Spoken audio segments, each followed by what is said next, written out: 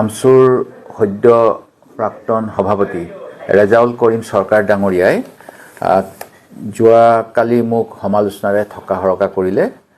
তেখেতে কংগ্ৰেছত যোগদানৰ দিনা যি মন্তব্য দিছিল সেই মন্তব্যৰ সৈতে মই একমত নহয় বুলি স্পষ্ট কৰি দিছিলোঁ।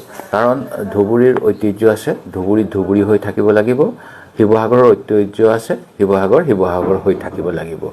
আৰু বিজেপিয়ে বিচৰা নিচিনাকৈ আমি এক অখণ্ড ভাৰতৰ নামত নিজৰ নিজৰ যি স্বকীয়তা, যি গৌৰৱ, এইবিলাক একোকে আমি হেৰুৱাব নিবিচাৰোঁ ভাৰতীয়ত্বৰ নামত। যেনেকৈ অসমীয়াত্ব আমি হেৰুৱাব নিবিচাৰোঁ, ভাৰতত থাকিও প্ৰথমে আমি অসমীয়া, তাৰপিছত ভাৰতীয়। আৰু আমাৰ অসমীয়াৰ সংজ্ঞা আমি আমাৰ যিসকল পূৰ্বপুৰুষে দি গৈছিল ভাষাৰ ভিত্তিত, সেই কথা এতিয়াও বিশ্বাস কৰোঁ, যদিও বিজেপিয়ে ধৰ্মৰ ভিত্তিত অসমীয়াৰ সংজ্ঞা দিব বিচাৰে। মই ৰেজাউল কৰিম চৰকাৰ ডাঙৰীয়াই মোক কি কাৰণে বিজেপিৰ আৰু মুখ্যমন্ত্ৰীৰ এজেণ্ট বুলি কৈছে, সংখ্যালঘু বিৰোধী বুলি কৈছে, সেই কথা মোৰ বাবে বোধগম্য হোৱা নাই। মই হাঁহিমেই নে কান্দিমেই মই ধৰিব পৰা নাই। নিশ্চয় অসমৰ ইতিহাস, ৰাজনৈতিক, সামাজিকভাৱে যিসকলে নিজকে পৰিচিত কৰি ৰাখিব লাগে তেখেতসকলে জানে। আৰু মোৰ প্ৰয়াত পিতৃ হিতেশ্বৰ শইকীয়া ডাঙৰীয়া সুদীৰ্ঘকাল ৰাজনীতিত জড়িত হৈ আছিল। অসম আন্দোলনৰ এটা সময়ত তেখেতে অসমৰ মুখ্যমন্ত্ৰীত্বৰ দায়িত্বটো আছিল।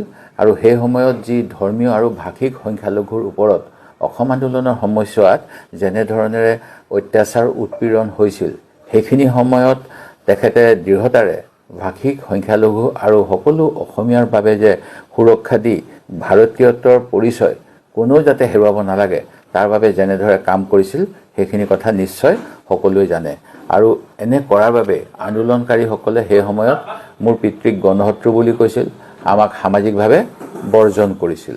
তাৰ পিছতো যদি মই সংখ্যালঘু প্ৰেমী নে বিৰোধী এই চাৰ্টিফিকেট ৰেজাউল কৰিম চৰকাৰৰ দৰে লোকৰ পৰা ল'ব লাগে, এই বিষয়ে মোৰ কোনো মন্তব্য দিব লগা নাই।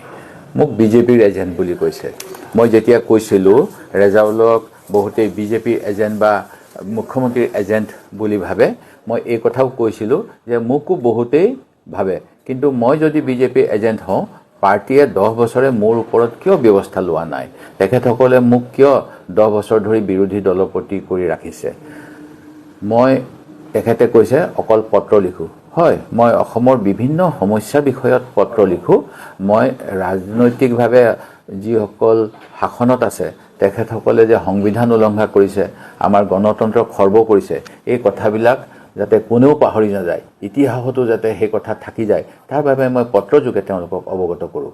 অসমৰ সমস্যাৰাজি সম্পৰ্কত সংখ্যালঘুসকলৰ ওপৰত যেতিয়া বুলডজাৰ চলে, ধলপুৰৰ দৰে যেতিয়া ঘটনা হয়, সেইখিনি সময়ত মই অসমৰ হাইকোৰ্টৰ মুখ্য ন্যায়াধীশে নহয়, ৰাষ্ট্ৰীয় মানৱ অধিকাৰ আয়োগ বা উচ্চতম ন্যায়ালয়ৰ মুখ্য ন্যায়াধীশলৈ পত্ৰ লিখোঁ। আৰু মোৰ এনেকুৱা এখন পত্ৰৰ বাবে বিশ্বনাথ চাৰিআলিৰ এজন সংখ্যালঘু ব্যক্তিক যেতিয়া তেখেতৰ ধৰ্মীয় আচাৰৰ বিপৰীতে কিবা এটা ভক্ষণ কৰিবলৈ দিয়া হৈছিল, সেইখিনি সময়ত অসম চৰকাৰক ৰাষ্ট্ৰীয় মানৱ অধিকাৰ আয়োগে শাস্তি দিছিল আৰু সেই মানুহজনক ক্ষতিপূৰণ দিয়াৰ ব্যৱস্থাও কৰিছিল।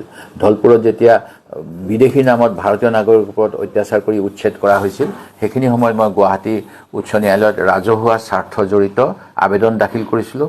আৰু মোৰ আবেদনৰ বাবে অসম চৰকাৰ জবাবদিহি হৈছিল আৰু তেখেতসকলক কোৱা হৈছিল পুনৰ সংস্থাপন, তেওঁলোক যদি নাগৰিক হয়, তেওঁলোকৰ যদি অন্য জেগাত মাটি নাই, তেওঁলোকক অসম চৰকাৰে দিব লাগিব ভাৰতীয় আইন অনুসৰি। ঠিক তেনেদৰেই সেই সময়ছোৱাত কিন্তু বৰ্তমানৰ বিজেপি দলৰ সভাপতি আৰু বৰ্তমানৰ সেই অঞ্চলৰ এজন বিধায়কৰ, দৰং জিলাৰ বিধায়কৰ, UDF দলৰ বিধায়ক তেখেতসকলৰ বিৰুদ্ধে মাটি দিয়াৰ নামত এই উৎপীড়িতসকলক উৎকোচ লোৱাৰ অভিযোগ আছিল। আৰু এই অভিযোগ বিজেপি দলৰ এখন আভ্যন্তৰীণ কমিটিয়ে তদন্ত কৰি কোন দোষী সেই কথাও কৈছিল। এই ক্ষেত্ৰত কিন্তু ৰেজাউল কৰিম চৰকাৰ ডাঙৰীয়াই কোনো মন্তব্য দিয়া মই দেখা পোৱা নাই। মই মুখ্যমন্ত্ৰীৰ লগত আছোঁ বুলি কৈছে, সেই কথা ৰেজাউল কৰিমে জানিব। কিন্তু অখিল গগৈ ডাঙৰীয়াই মই এই সন্দেহ ৰাইজে কৰে বুলি কোৱাৰ এদিন পূৰ্বে বঙাইগাঁও জিলাত, যি জিলাত বোধ কৰোঁ ৰেজাউল কৰিম ডাঙৰীয়াৰ পিতৃগৃহ, তাত গৈ সাংবাদিকসকলৰ আগত মুকলিকৈ ক'লে যে অখিল গগৈয়ে মুখ্যমন্ত্ৰীৰ মুখত ৰেজাউল কৰিম চৰকাৰৰ বিৰুদ্ধে বহুত কথাই শুনিছে। ঠিক তেনেকৈ আমছুৰ এজন নেতাই গুৱাহাটীৰ শিল্পগ্ৰামত বিভিন্ন ধৰণৰ মন্তব্য আগবঢ়ালে। সেইবিলাক কথা কিন্তু ৰেজাউল চৰকাৰ ডাঙৰীয়াই একোৱেই মন্তব্য দিয়া মই দেখা পোৱা নাই।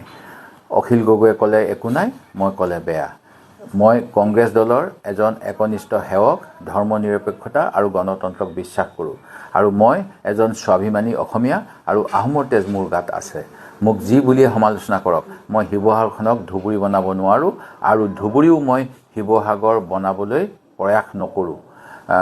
ই উচিত নহয়। প্ৰতিটো এলেকাৰ প্ৰতিখন স্থানৰ নিজৰ নিজৰ স্বকীয়তা বজাই ৰখাটো মই বিচাৰোঁ আৰু মই এই বিষয়ত স্পষ্ট কৰি দিছোঁ যে সেই সন্দৰ্ভত নতুনকৈ কোনো কথা মই ক'ব নিবিচাৰোঁ।